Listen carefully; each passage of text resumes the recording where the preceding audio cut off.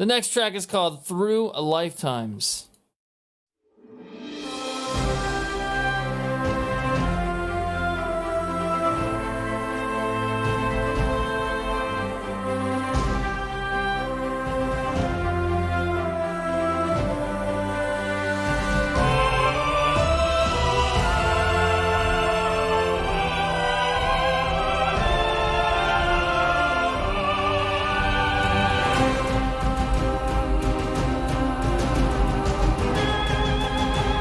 So yeah, this is the mixing of all the songs on the album. They do this for every single album.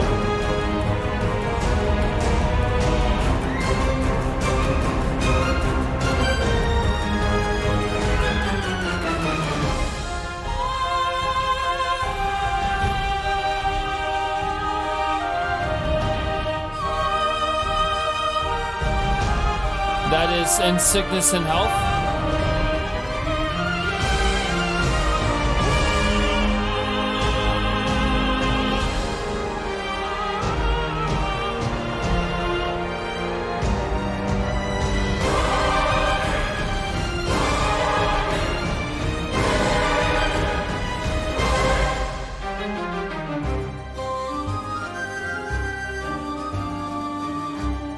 That's a song I didn't like, or I felt like the bass didn't belong, which was The Ghost of Yesterday, right?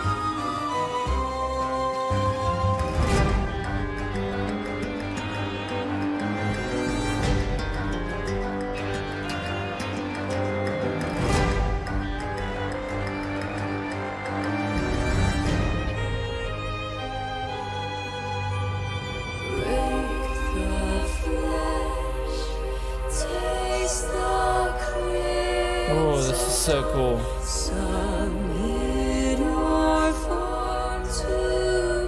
Oh, it was Oceans of Time? Okay.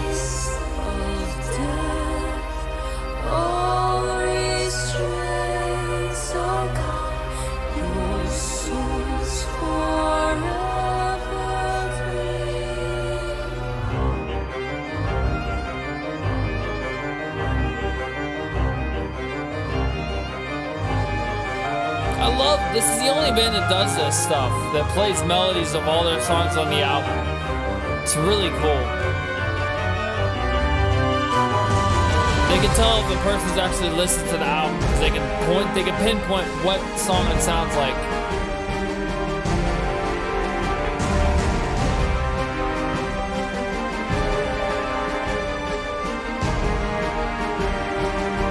That sounds like Choices, or Closure.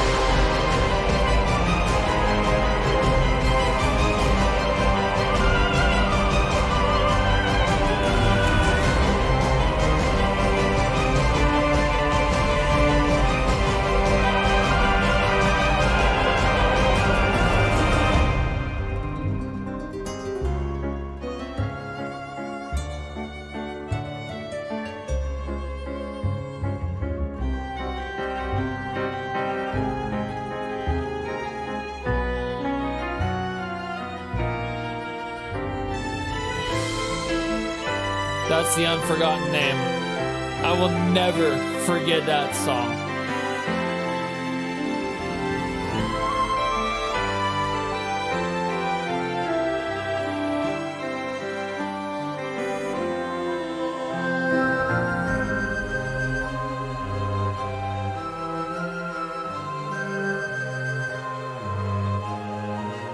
Looks like we got another one after this.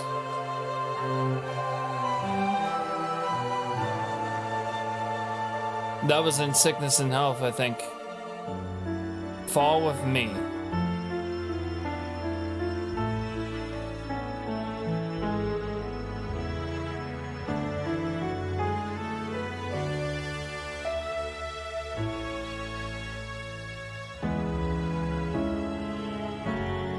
Fall with me one Another ballad. last time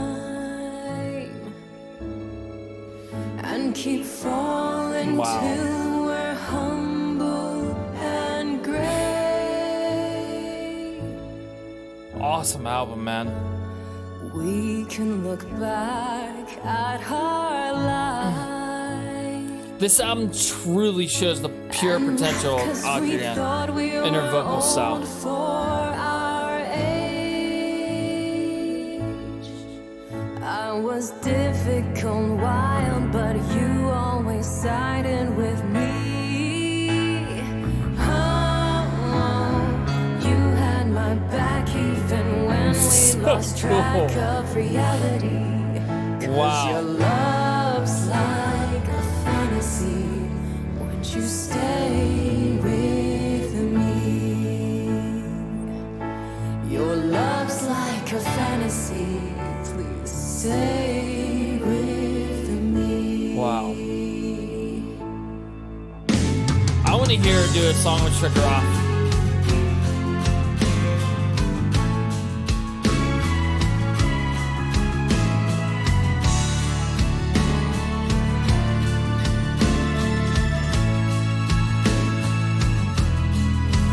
All the scars we thought would never heal,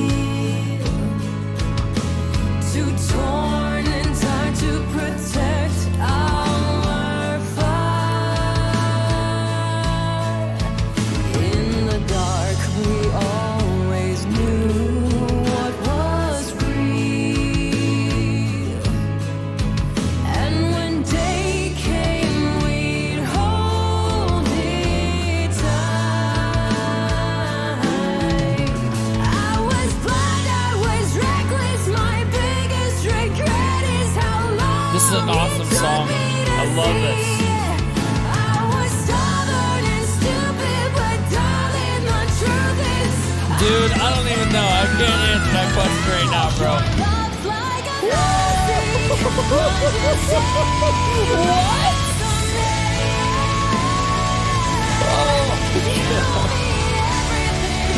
Wow.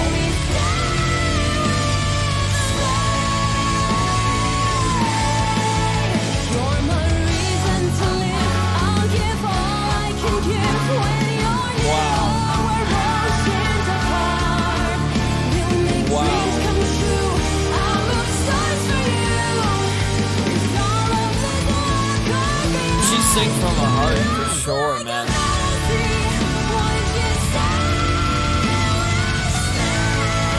Wow.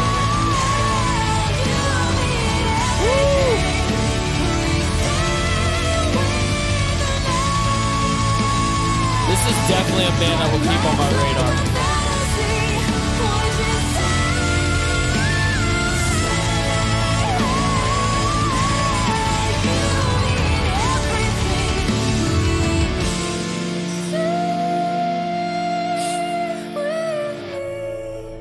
Oh my god.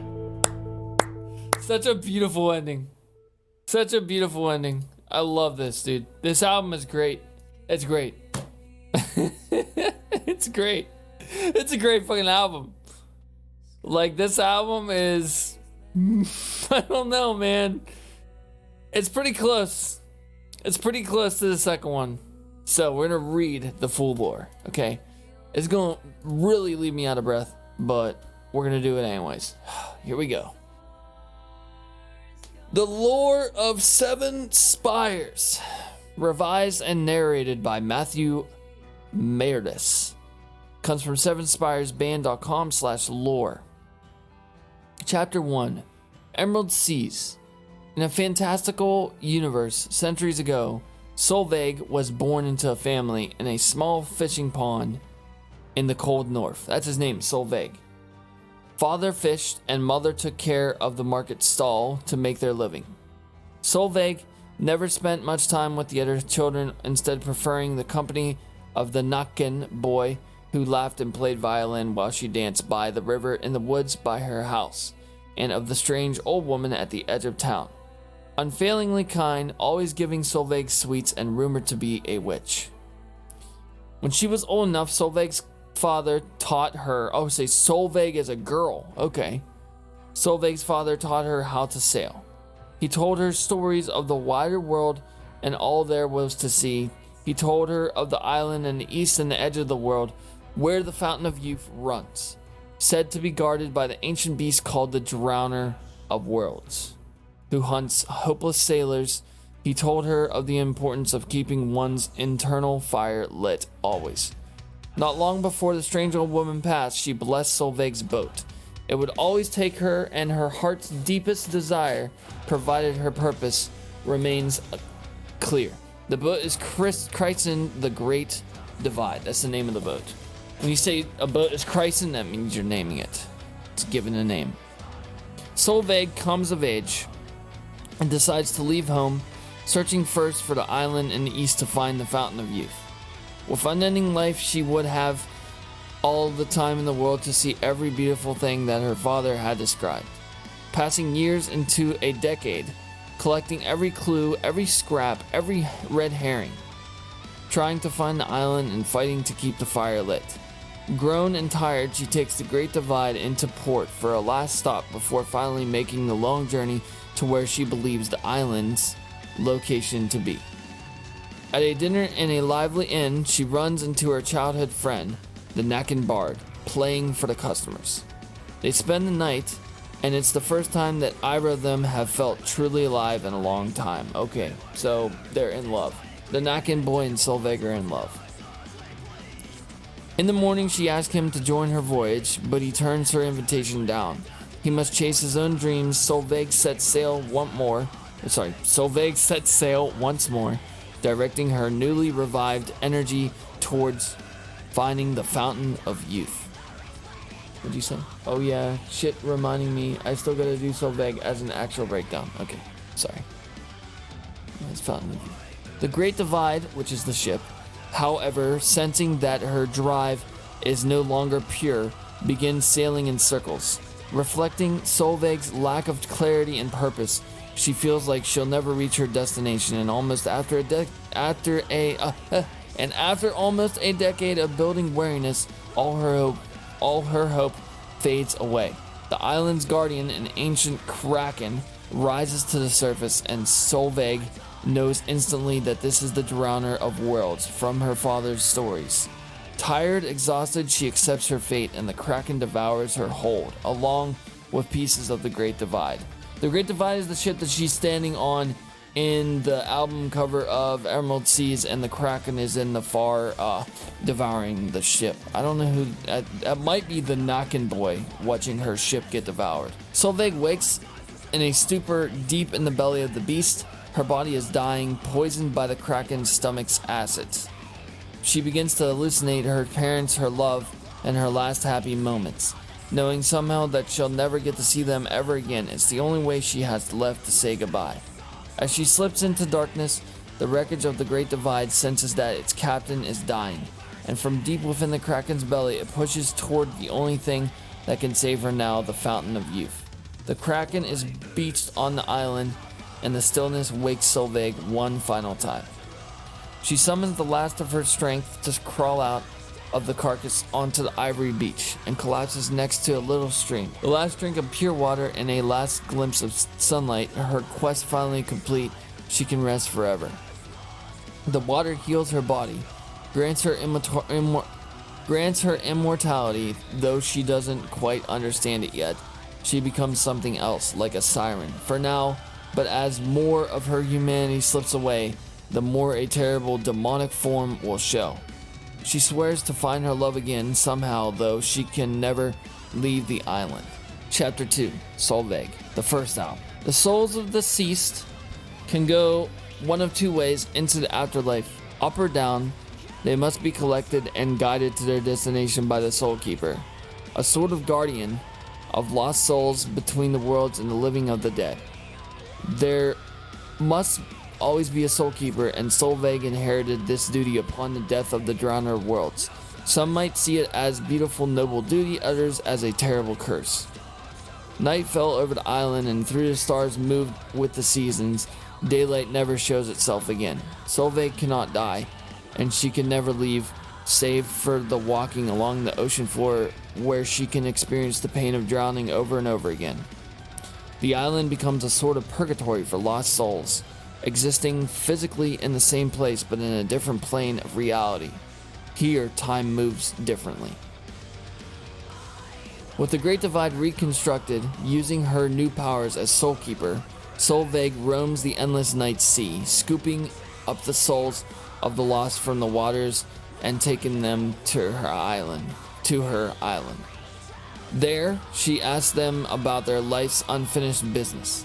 Some lost love, some fought addiction, and most were broken toy versions of themselves in one way or another during their brief mortal lives she gave them. In a brief mortal lives. Sorry, I'm suck at reading paragraphs. She gave them what she thought they needed to be happy. In return, they remained on the island instead of going up and down. She fed off their happiness, since she never managed to achieve it during her own lifetime. She calls the island the Cabaret of Dreams, where anything that can be dreamed can be made a reality. And dream she and her lost souls did. Endless debauchery, grand architecture, beautiful music, exquisite food, perfect lovers, anything imaginable, until the island was like an old city her father had described to her. Overflowing with art, webbed with canals, built up with castles on cliffs that crumbled into the sea. Eventually, a given soul would become desensitized to the joys of the cabaret and become a husk, sent skyward to add to the ever-present eerie glow that illuminated the city. But even with all the material pleasures that could ever be dreamed of, Solveig still grew very weary. Lifetimes could have already passed, but she did not age. She only grew more demonic in appearance as her humanity dwindled away, and it became increasingly difficult to maintain the glamour of her siren-esque exterior. One night on her routine patrol, Solveig spies the soul of the Nakin boy, her love from life. He does not recognize her in her new form and agrees like every soul before him to stay in the Cabaret of Dreams. Having suffered a trying life, he wonders if he made the right choice, and he can never shake the strange feeling he gets from the lights far above the city. He spends a lot of time laying on the shores looking at the stars and the sea, trying to understand why he doesn't feel at peace. Solveig sees this over and over. He tries to further convince him that the island is a wonderful place to be, and that she will not take care of him. This only furthers his unease, so she tells him how she used to be human like him. How she wished for a long time that she could escape the island, that there was no other escape. How could one ever hope to escape from death? He doesn't like this at all. A storm is brewing offshore, and when Solveig finally leaves him alone, he builds a raft from scraps he finds on the beach, hoping to get away. He'll head in any direction at all, even if it means being torn to pieces by the storm and drowning. Although he makes it in a fair distance, the storm destroys his raft, and he sinks, only to experience what Solveig did when she first arrived, the pain of drowning over and over again. The pain provides a mentally clarifying light, and he knows for sure that he made the wrong choice to stay in the cabaret, but now there seems to be no hope to ever leave. Solveig scoops him from the water again on one of her patrols, apologizing, remembering her past life, and pledging her final breath to him. He doesn't understand because he still doesn't recognize who she is. Perhaps it has already been lifetimes for him at this point. It doesn't seem to him, however, that she has a plan for him that doesn't involve staying in the decadent purgatory for the rest of eternity. Having finally found the answer to her own unfinished business, Solveig had the strength to summon the sun and incinerates the Cabaret of Dreams and everything she created, freeing all the souls to go where they were finally meant to go. She gives her remaining life force over to her love, wishing for him to have another chance at a happy life. Solveig and the Cabaret burn to ash, and the soul of the Nakin boy is born into a new life. Chapter 3, Gods of Debauchery. There must always be a soul keeper. Since there was nobody to succeed Solveig, she was denied her true death and sent back to carry on her duties. After so long ruling the Cabaret of Dreams, the searching for the island before that, she just wants to rest and she hates it. She doesn't know how much time has passed, but the world is different enough that she knows her home doesn't really exist anymore. At least not as she remembers it. There truly is No going back to anything familiar anymore. Cast into the land of the living, she has no choice to make. Protect the soul of her love, wherever they are, by staying far, far away from them as possible, and be bound to her terrible soul-keeping duty forever. Or make a serious effort to reclaim her humanity from the soul-keeper demon form that still dwells within her, thereby removing the dangerous part of herself and allowing the potential to one day find happiness and peace. The former seems far less daunting, and so she charms herself a new ship and skeleton crew to siphon energy from. In the Cabaret of Dreams, the siphoning meant happiness and soulful energy, but in the world of the living, it's more akin to a form of actual vampirism. It's far from ideal, and Solveig knows it is, but it's infinitely easier, and she knows she's good at it. She falls back even further into her old ways, going from port to port, luring the lost living to her ship and feeding on them. There may even have been a short-lived attempt at an agreement with one of them, where she enjoys the distraction of painful exchanges promising eternal life in return. Of course, it doesn't last. One night at sea during an awful storm, Solveig is reminded by the howl of the wind of all things she sets out for when she left home. Bright-eyed and full of hope, she realizes that all her weariness, allowing the demon within to consume her, falling back into her bad habits and shirking her duties all came from herself. She hates herself for it and feels like she has almost no chance of ever finding peace anymore. Knowing that she did it to herself, she wonders if she can ever shake off this demon and its duties, and somehow return to a more pure version of who she used to be. Somewhere far away, the Nacken boy grows into a bard of respectable renown, performs songs about someone he doesn't know, only remembers that he lost them. Solveig experienced the same profound sickness, but knows its source all too well. Solveig recognizes that it's time to make a serious change to not only reclaim her humanity, but also accept her duties as Soulkeeper, to shed the glamour of everything she became in the cabaret, and perhaps even have a chance at peace. Even if it may be different than what she had originally imagined, she wonders if anyone truly knew her and wishes for guidance. The ghost of her father appears and wishes her well, sending her love from him and from Solveig's mother. Solveig wonders what she could possibly be with everything that she had been for lifetimes completely stripped away. Everything about her old life seems distant and unfamiliar, her memories a mess of childhood life and her demonic reign, as she tries desperately to make sense of them, to even unite the soul-keeping demon and child within as one. The gods above and below mock her, rejecting her, saying she will rot in the ocean forever and fail. It is only when she truly realizes her true desire to protect and heal is she able to unite the two forces within her and become a truly balanced soulkeeper capable of achieving peace for herself. So the cursed muse is Solveig. Okay, the cursed muse is Solveig, and the demon is on the cover of the Gods of Debauchery album. Is Solveig on the right, and then the demon form of Solveig is on the left. Her human form, the cursed muse, because a muse is basically a faceless apparition. Is a muse. They're also known to play music to, I believe, the harp. But yeah, I learned that with Greek mythology. All right, where was I? With a little apprehension of a renewed sense of determination, a delicately balanced Solveig sails far in the direction of her heart calls towards the bard. They finally meet by chance at the inn where they last met lifetimes ago.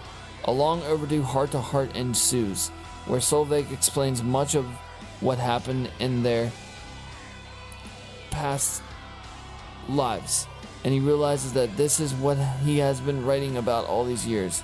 there's a chance for them to be together. He would join her, and she would resume her soul-keeping duties. He could live his dreams as a bard and see the world and become like her. They would be like gods amongst men. This time he says yes, and she grants him eternal life. Gods Amongst Men is the track right after The Unforgotten Name. The Unforgotten Name is the bard, the Nacken boy.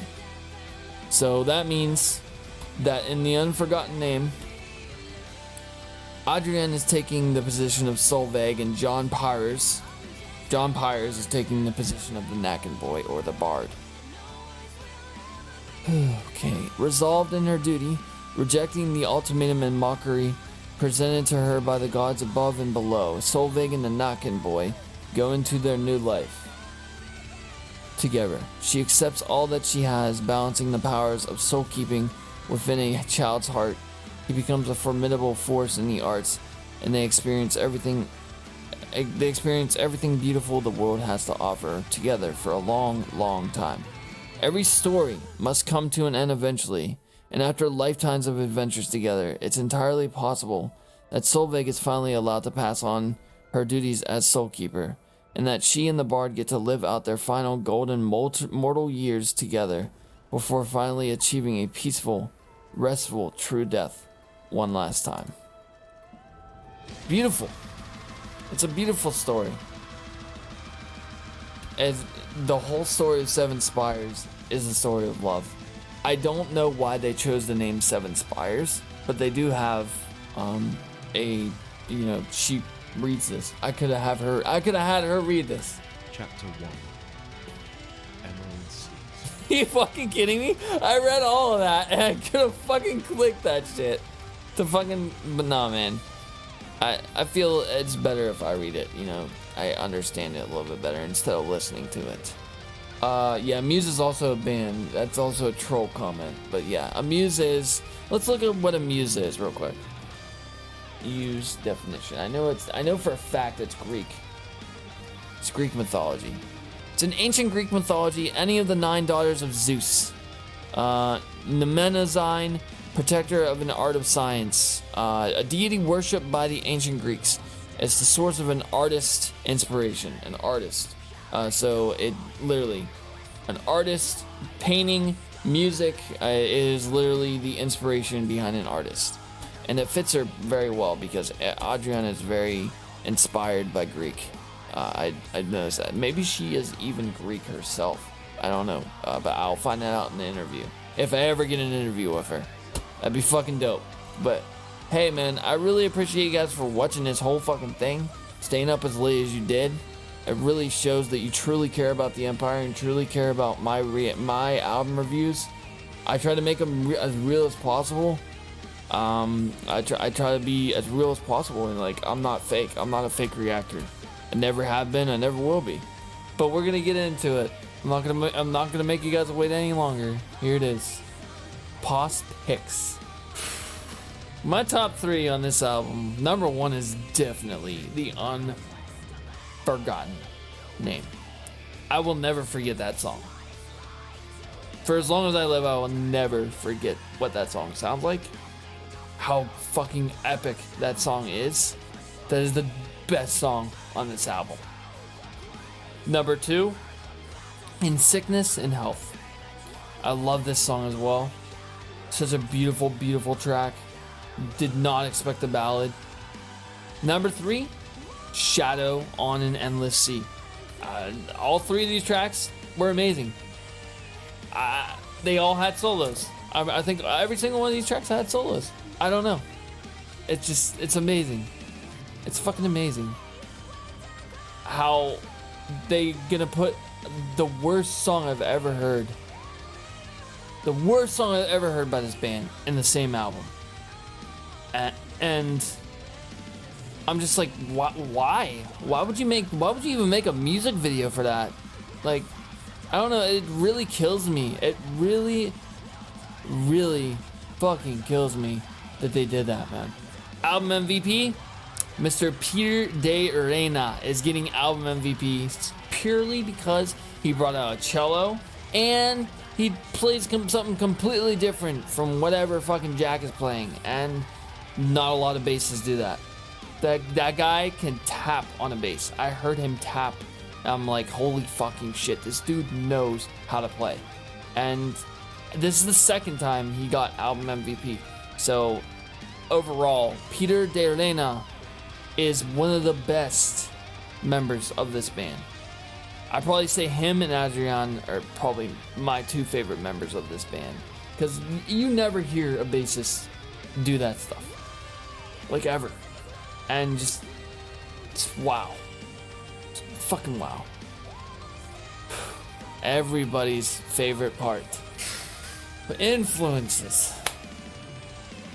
Number one influence for this band on this album is Epica. Definitely Epica. Sounds like Simone. Simone doesn't scream, but man, can she fucking sing. And Epica is the number one influence for this album. Number two,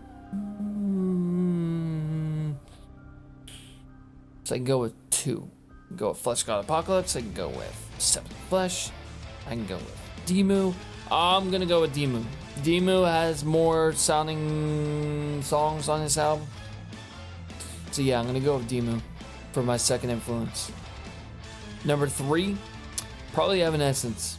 Evanescence is definitely an influence, and they were an influence on the last album, I believe, right? Did I give them that influence on the last album? I'm pretty sure I did. Let me look. No, I gave Sirenia, Dragon Force. Yeah, Evanescence was on the last album as well.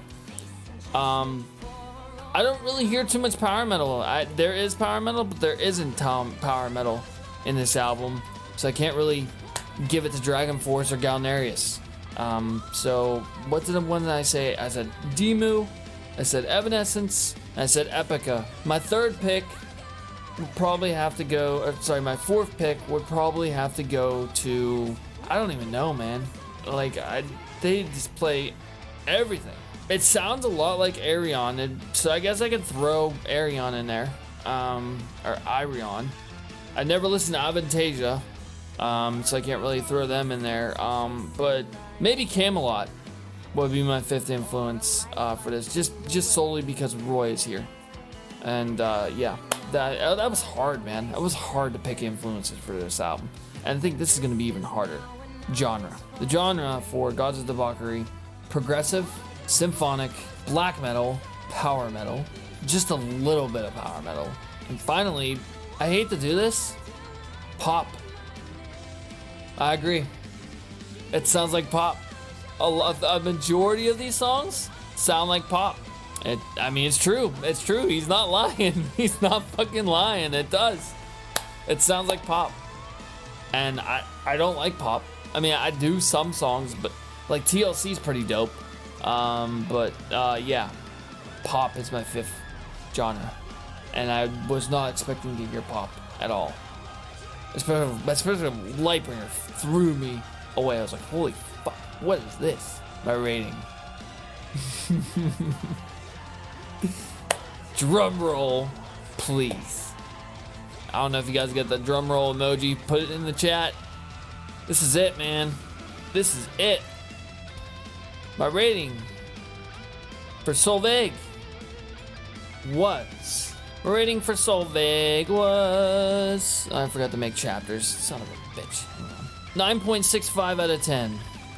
My rating for Emerald Seas was 9.85 out of 10. Because of one track on here. One track on this album makes this my favorite album by the band. This is a 10 out of 10 album. It's a 10 out of 10 album. That one track destroys two of the worst tracks on this album. And it just brings it to a 10 out of 10. This is the best track. This is the best album by this band. Without a doubt.